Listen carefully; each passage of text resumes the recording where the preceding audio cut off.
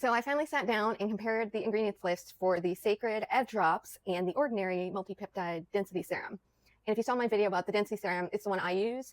And I don't really have a lot of problems with density, but I do have some less dense areas.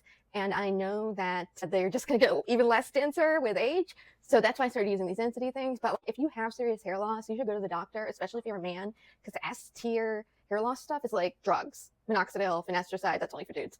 And then maybe A tier would be like, I don't know, Nizoral and microneedling. And F tier would be my mortal enemy, rosemary oil. If you want to know about that, you should watch Lab Muffin's content on it. But I would never put that on my scalp. So where do these edge drops and density serums sit in this tier list? It's kind of complicated because they have so many freaking actives.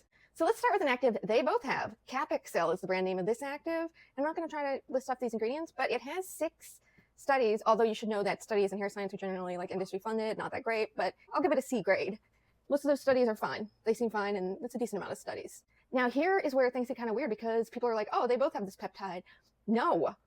The ordinary has it as part of a complex called Procapil, and there's more studies on it as this complex that contains these other ingredients, apigenin and whatever acid. So I would say it has better evidence for it than the biotinyl tripeptide 1 by itself. So I'm going to give the density serum a C here and the Cecred a D.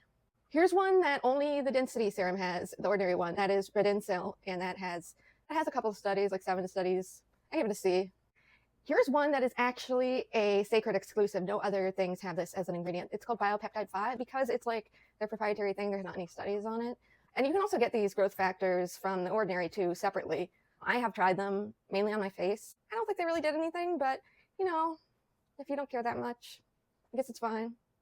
Good old caffeine. It's got a lot of studies for hair density, but they're not very good, and it's mid. I give it a D. It's only in the ordinary. And again, another kind of mid one that's only in the ordinary.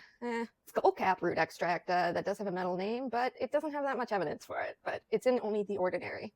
And these are all of the ingredients when I've taken all the ones that are actives that have evidence for them out. And so there are a lot of the Cecred, as you can see, has more botanicals. But for me, I'm like, I don't want more botanicals.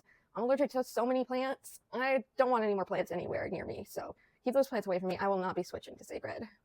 And overall, I would say they're pretty similar, but the ordinary is way cheaper and it has more of these actives. So I guess if you're kind of gambling on some of these kind of mid actives to do something, I just go with the ordinary one. It's fine. I'm not very good at selling this product. I always am like, I should work in cosmetics, but then I'm like, no, I'm not enthusiastic enough about some of these products. They're just not that exciting. Maybe they do something, maybe they don't. They probably don't. Maybe they do a little. Better than nothing, maybe.